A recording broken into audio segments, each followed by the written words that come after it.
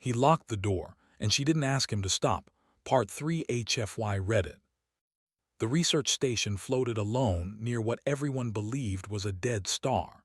Its metal surface was dark, scarred by age and micrometeor impacts, and silent except for faint power signals that should not have existed at all. No ship had docked here in hundreds of years. No life signs had ever been recorded. Human engineer Elias Rowe stepped carefully through a narrow corridor, his boots echoing softly. The air was cold but breathable. Emergency lights glowed along the walls, flickering as if unsure whether they should still be alive. Behind him walked Valeera, an alien diplomat from the Violian Union. She was taller than Elias, her silver-blue skin reflecting the dim lights.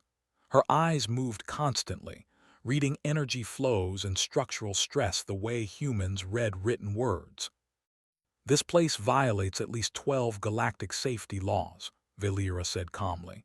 "Abandoned stations near stellar remnants are never stable." Elias did not answer right away. He was too busy watching the readouts on his wrist display. Numbers shifted in ways he did not like. Power spikes, gravity fluctuations, tiny but growing.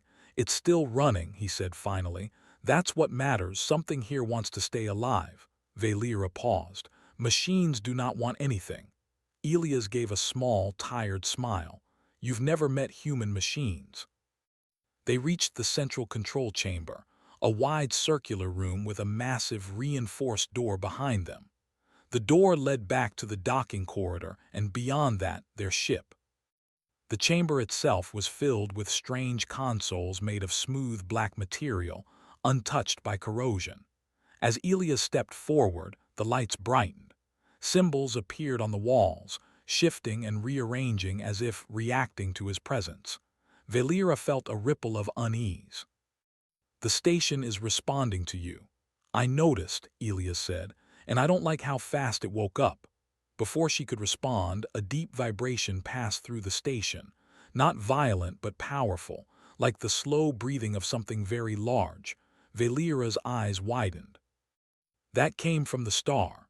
Elias turned toward the observation panel. Outside, the star was no longer completely dark. Thin lines of red light moved across its surface like cracks in stone. "That star isn't dead," Elias said quietly. Alarms began to sound.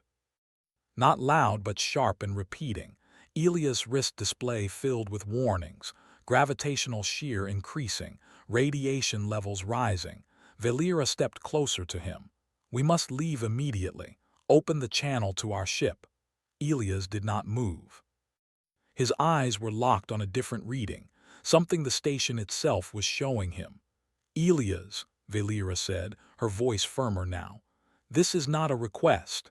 He walked quickly to the massive door behind them and placed his hand on the control panel. The station reacted instantly. Lights along the door turned red. The locking mechanisms engaged with a heavy final sound that echoed through the chamber. Valeera froze.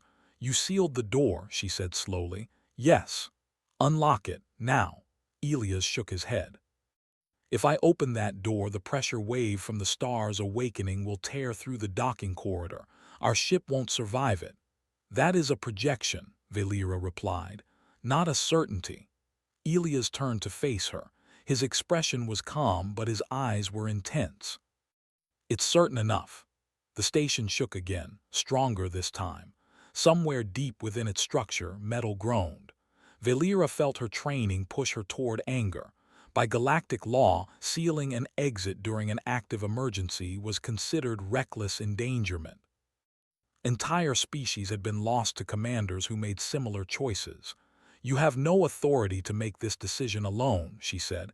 Elias nodded. "You're right." He did not unlock the door. For several long seconds, Valeera stared at him. She could demand compliance. She could activate her emergency override and attempt to regain control. But her instincts, sharpened by years of diplomacy, told her something was different here. The station had not reacted to her. It had reacted to him. "What are you seeing?" she asked quietly. Elias turned back to the console. "The station is running old predictive models, Not just for the star, but for space around it. Something else is out there. As if responding to his words, the lights dimmed. A holographic display formed in the center of the room. It showed the station, the star, and the surrounding space. Then distortions appeared, shapes that did not obey normal geometry. Valera felt a chill. Dimensional instability. Yeah, Elias said. And whatever caused this station to be abandoned didn't just leave because the star was dangerous. Another vibration passed through the station, sharper than before. Outside, distant flashes appeared as ships in the area tried to escape. One by one, their signals vanished. Valera closed her eyes briefly. Lives were being lost while they stood here arguing. You locked the door to protect us, she said. Elias hesitated. Partly. Then why else? Because the station is a shield, he replied, and shields only work when they're sealed. The station reacted again. New pathways lit up on the walls, showing sections deeper inside. Doors slid open silently, revealing corridors that had not existed moments before. Valera stared. It is inviting us inward. It's adapting, Elias said. Like it's been waiting for someone. For you, she corrected. Another alarm sounded, different from the others. This one was deeper, slower. The star's energy output is rising faster, Valera said after checking her readings. At this rate, the outer hull will fail within hours. Elias nodded. Which means we don't have hours to argue. He stepped into one of the newly opened corridors. Valera followed, her long strides quiet on the metal floor. You understand, she said, that if your judgment is wrong, we will die here. Yes. And you still chose to lock the door. Elias stopped and looked at her. Where I come from, survival sometimes means choosing the option that scares everyone. Valera studied his face. Humans were strange. Fragile, short-lived, and yet willing to place unbearable weight on their own shoulders. The corridor curved downward, leading them deeper into the station. The walls pulsed faintly with light, almost like a heartbeat. As they walked, Valera realized something unsettling. The station was no longer just reacting. It was adjusting ahead of them, opening doors before Elias reached them, reinforcing floors under his steps. It recognizes you, she said. Elias swallowed. That makes two of us. Far behind them, something pressed against the outer hull of the station. Not a physical impact, but a distortion that made reality feel thin. The lights flickered violently. Valera did not ask him to stop. For the first time in her long career, she chose to trust a human's instincts over the rules that had guided her entire life. And somewhere beyond the sealed door, the universe began to realize that humans were not passive passengers in its dangers, but active participants in its survival. The corridor continued downward, curving in slow, unnatural angles. The walls were smooth and dark, but thin lines of light moved across them like flowing water. Each step Elias took seemed to trigger a response.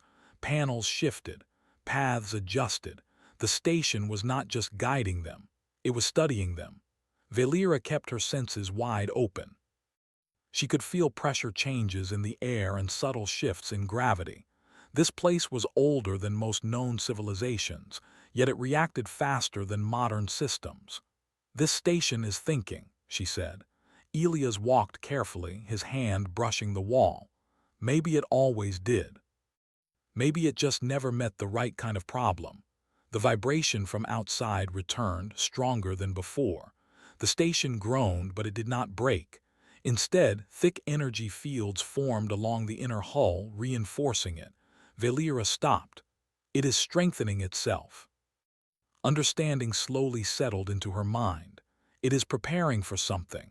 Yeah, Elias said, so are we. They reached a large chamber filled with tall pillar-like structures. Each pillar glowed faintly and pulsed at a steady rhythm. The air felt heavy, charged with power. Elias' wrist display went wild with data. Energy readings spiked far beyond safe levels, yet the chamber felt stable. This is a core processing area, he said. Not a reactor, something else.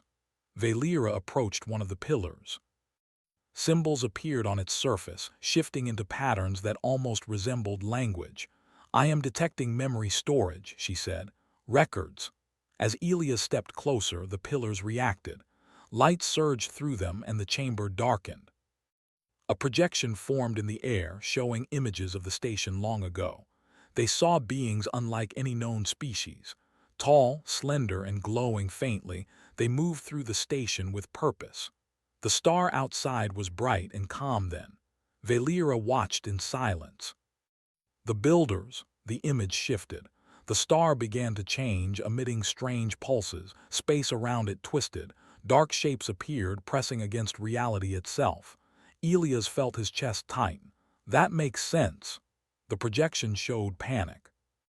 The builders rushed through the station, sealing sections, activating systems. But the shapes grew stronger, tearing through space like claws through fabric. One by one, the builders left the station, escaping into deep space. The final image showed the station sealing itself completely, drifting alone near the star. "They ran," Valera whispered. "They survived," Elias corrected. "That's different." The projection faded. The chamber lights returned to their steady pulse.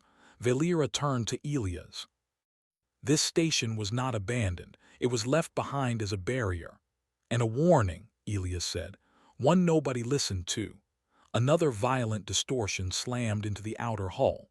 This time, the station shook hard enough to throw Valera off balance. Elias caught her arm and steadied her. "Thank you," she said, surprised. "Don't thank me yet," he replied. A deep sound echoed through the station like a distant horn. Elias felt it more than heard it. His vision blurred for a moment. "They're getting closer," he said. Valera's eyes widened. "You can sense them." "I don't know how," Elias admitted, "but yeah, I can feel them pushing." "The station says you belong here," a thought whispered at the edge of his mind. Elias stiffened. He had not spoken aloud. "What is wrong?" Valera asked. "This place," he said slowly, "it's talking, not with words, with pressure, ideas." Valera studied him carefully. "The builders may have designed it to interface with certain neural patterns." "Human ones?" Elias asked. "Possibly," she said. "Humans are flexible." Another distortion hit. This one tore a visible scar across the projection window, showing the void outside. A nearby alien ship was caught in it. The vessel twisted, broke apart, and vanished without explosion. Valera closed her eyes. "We are running out of time." The station responded by opening another path, deeper still. The light lines along the walls glowed brighter, urging them forward. Elias took a breath. "If this place is a shield, then this is where we control it." They moved quickly. The deeper they went, the stranger the station became. Gravity shifted slightly, adjusting to their movements. The air grew warmer, filled with faint electrical energy. Valera noticed something unsettling. "The station is prioritizing you," she said. "Systems confirm it." "That's not comforting," Elias replied.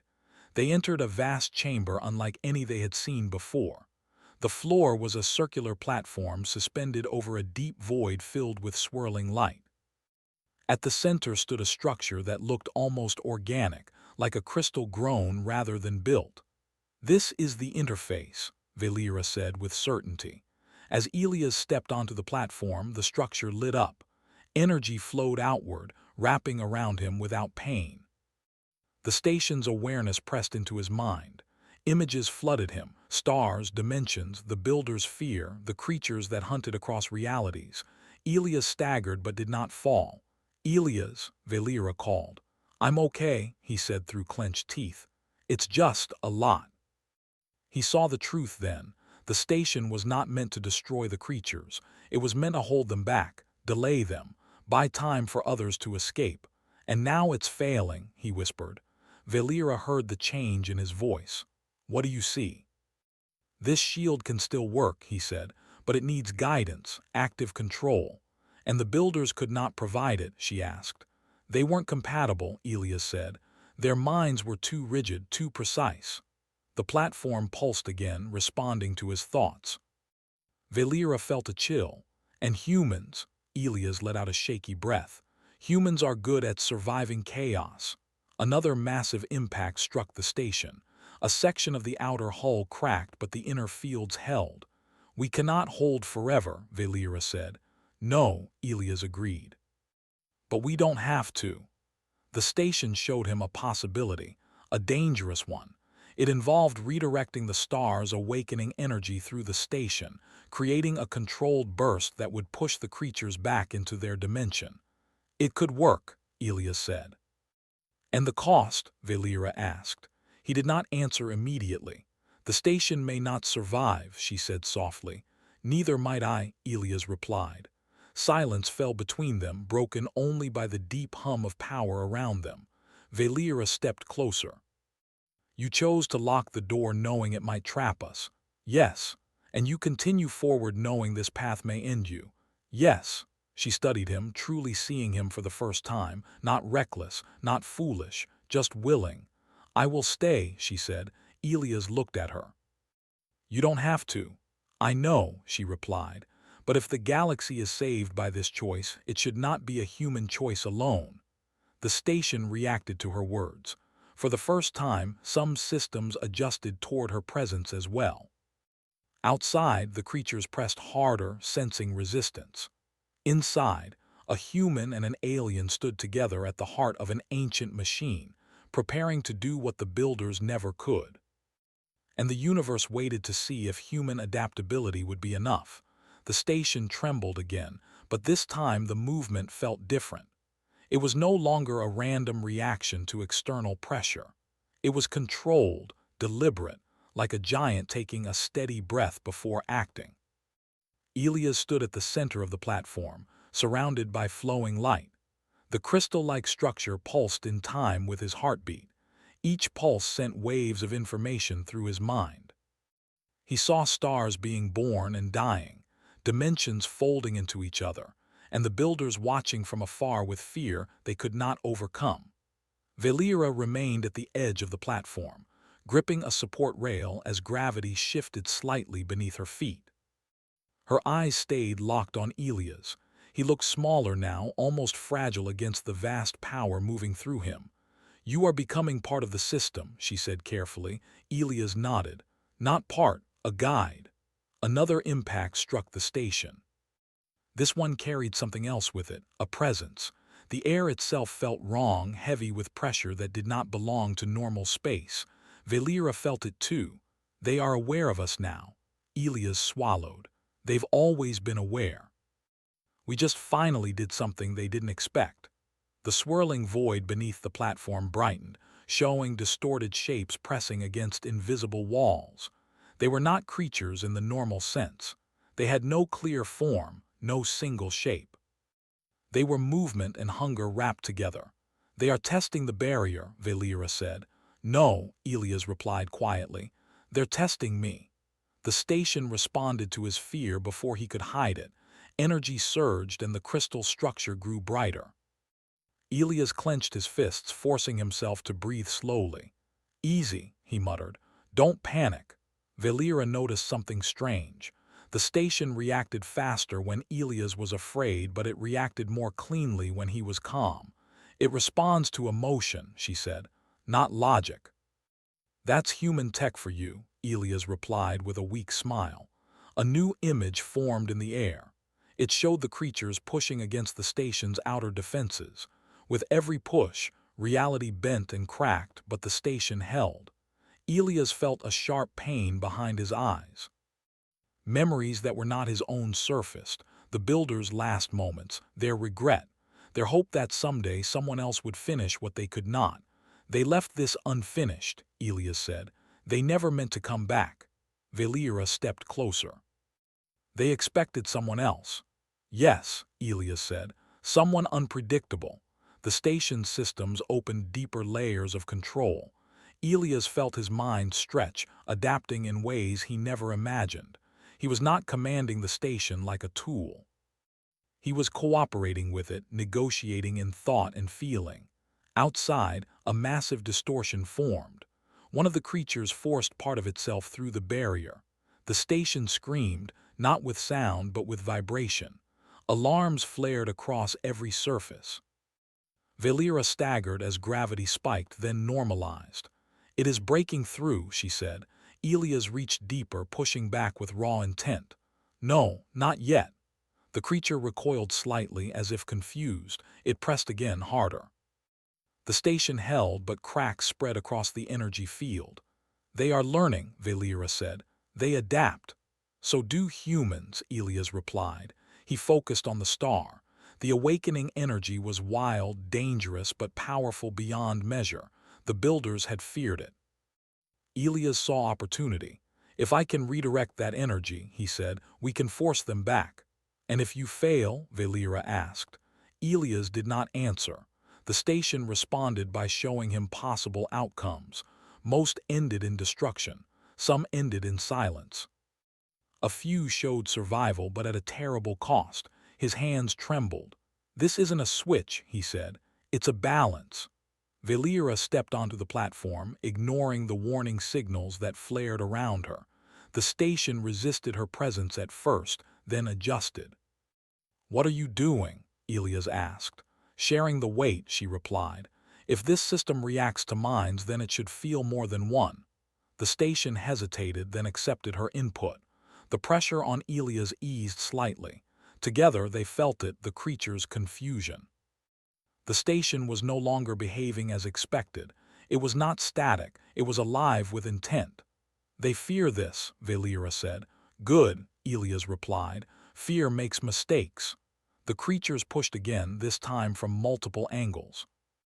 The station's defenses flared bright white, straining under the assault. Elias cried out as pain shot through his body. Valera grabbed his arm, anchoring him. "Stay with me," she said firmly. "I'm here," he gasped.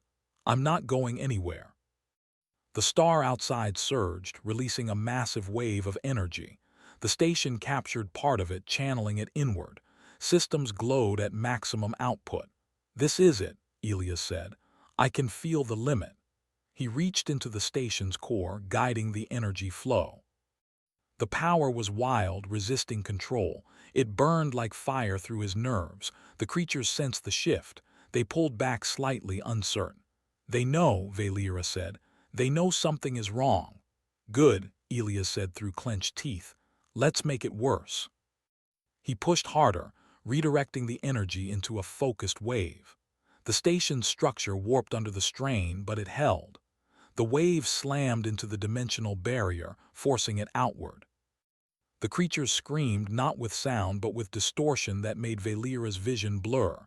"They are retreating," she said in disbelief. "For now," Elias replied. "This won't last."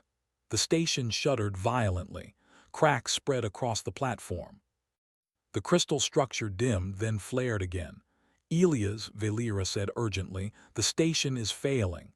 "I know," he said. "I can feel it." The station showed him one final option.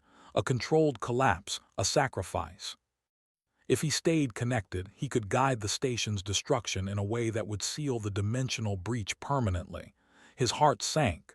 Valera saw the change in his expression. "What is it?" "There's a way to end this," he said softly, "but it needs someone on the inside." Silence fell between them as the station shook around them. "You are not making this choice alone," Valera said. Elias looked at her. "You already made yours when you stayed." She met his gaze. "Then we will face the end together." The station reacted strongly to their shared resolve. Systems stabilized briefly, as if encouraged. Outside, the creatures recoiled further, sensing danger they did not understand. Elias took a deep breath. "If we do this right," he said, "the galaxy won't even know how close it came." Valera nodded. "And humans will once again be underestimated." Elias gave a tired smile. "That's how we like it." The energy surged one final time, brighter than ever before. The station began its countdown, ancient systems preparing for a sacrifice long delayed. And at the heart of it all, a human mind held the line, proving once again that adaptability, not perfection, was the strongest force in the universe. The countdown had no numbers, no sounds. It existed as pressure in the mind, a growing certainty that time was running out. The station vibrated constantly now, not from attacks alone, but from the strain of holding together while preparing to end itself. Elias remained connected to the core. His breathing was slow and controlled, though every nerve in his body felt like it was on fire. Light wrapped around him, no longer gentle but sharp and demanding.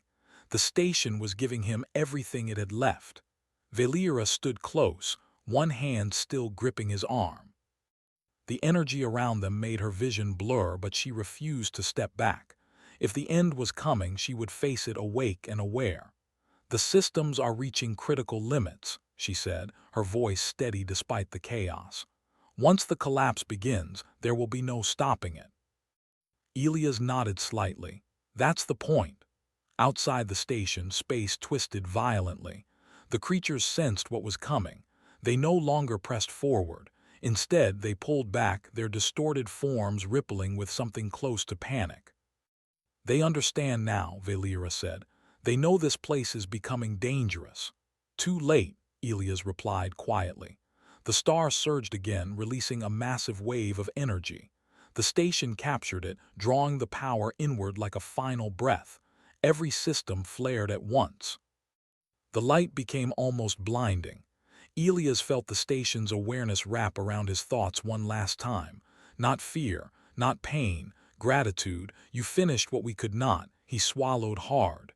"You built something incredible," he whispered. "We just adapted it." The station's structure began to shift. Sections folded inward, not collapsing randomly, but aligning perfectly. The ancient builders had planned this ending, even if they never expected to witness it. Valera's communicator crackled to life suddenly. A weak signal barely holding together. "This is Galactic Command," a distant voice said. "Unidentified station, respond." Valera looked at Elias. "They are calling." He hesitated, then nodded. "Tell them to stay back, as far back as possible." She activated the channel. "This is Diplomat Valera of the Virelian Union. Evacuate the area immediately. Do not approach the station." "What is happening?" the voice demanded. Valera glanced at the light surrounding Elias, at the void beyond the platform. "A human is closing a door that should never open again." The channel went silent. The creatures made one final attempt. A massive distortion surged forward, slamming against the weakening barrier. The impact sent shockwaves through the station. Valera was thrown to the floor. Elias cried out as pain exploded through his body. Blood ran from his nose, but his focus did not break. "No," he said firmly. "You don't get to cross." He redirected the last of the star's energy, focusing it inward. The station's core glowed white-hot, reality itself bending around it. The creatures recoiled, shrinking back as the dimensional breach began to seal. Space snapped into place like a wound closing. The station began to collapse from the inside. "Elias," Valera shouted, struggling to her feet. "We have to go now." He turned his head toward her, his eyes tired but clear. "There's no time. The collapse needs guidance until the end." She understood then, truly understood. "You are guiding it," she said softly. "Until the last moment." "Yes." Valera stepped closer, placing both hands on his shoulders. "Then let me stay with you." Elias shook his head weakly. "Someone has to tell the galaxy what happened here." The station reacted instantly. A section of the platform shifted beneath Valera's feet. Energy wrapped around her, forming a protective field. "No," she protested. "Do not decide this alone." Elias managed a small smile. "You already chose to trust me. Trust me one last time." The field lifted her gently, moving her toward an emergency transport chamber that had not existed moments before. The station was making its own choice now. Valera's vision blurred with tears she did not try to hide. "Humans are impossible," she said quietly. "That's kind of our thing," Elias replied. The chamber sealed around her. Light flared and the transport activated. In the final moment before she vanished, Valera saw Elias turn back to the core, standing tall despite the pain, a single human facing the end of an ancient machine and a threat older than memory. Then she was gone. The transport hurled her through space, depositing her far from the station just as the collapse reached its peak. From a safe distance, she watched. The station folded in on itself, light compressing into a single brilliant point. The star's energy surged once more, then was pulled inward. Space twisted violently, then snapped back into place. There was no explosion, no sound, just silence. Where the station had been, there was nothing. No debris, no energy readings. The dimensional distortions were gone. The creatures were gone. The universe felt calm. Rescue ships arrived hours later, drawn by emergency signals and impossible sensor readings. Valera was taken aboard, shaken but alive. In the days that followed, investigations began. Records were examined, data recovered. Valera told the story again and again. She told them about the station, about the builders, about the creatures between dimensions, and she told them about a human engineer who locked a door when every rule said he should not. The Galactic Council listened in stunned silence. Humanity was reclassified that day. No longer just a young species, no longer just unpredictable. They were named adaptive crisis assets. When the rules failed, humans would be allowed to act.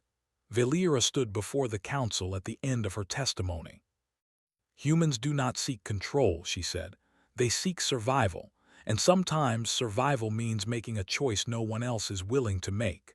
The council agreed. Far from the chambers of power on a quiet human world, a memorial was built. Simple, no grand statues. Just a door made of metal and stone sealed shut. An inscription beneath it read, "Sometimes the safest path forward is the one that closes behind you." Valera visited it once. She placed her hand on the cold surface and closed her eyes. "He locked the door," she whispered.